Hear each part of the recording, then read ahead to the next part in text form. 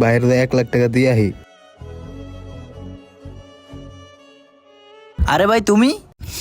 ভাই ভাই আমার মাফ করে দেন ভাই, আমি আপনার 1 লাখ টাকাটা ভাইয়ের কাছে দেই নাই ভাই। আমার আম্মাই ভাই অনেক অসুস্থ ভাই, হ্যার চিকিৎসা লাগা দিয়ে দিছি ভাই।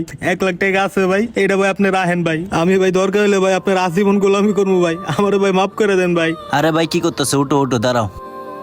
আমি ভাইয়া ওই দিন লুকায়া তোমার সব কথাই শুনছি, তুমি ডাক্তারের সাথে কথা বলতেছিলা।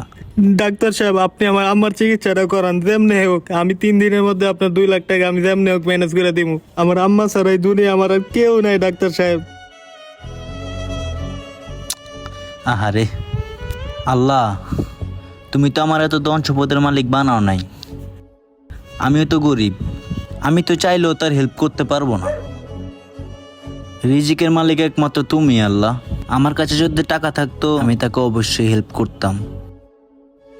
বেচারার জন্য কষ্ট হইতেছে ভাই। আমি আপনার জন্য আল্লাহর কাছে হাত জোর কইরা অনেক দোয়া করছি, আর আল্লাহ সে দোয়াটা আমার এমনভাবে কবুল করছে যে 2 দিনে আমি 30 লাখ টাকার মালিক হয়েছি।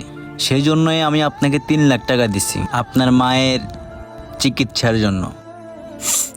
আর এই 1 লাখ টাকাও কিন্তু আপনার জন্য, এটা রাখেন আপনি।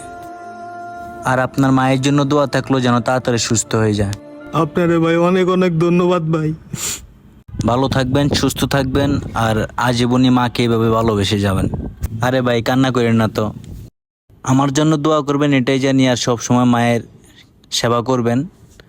ঠিক আছে, ভালো থাকবেন, যান, আল্লাহ হাফেজ।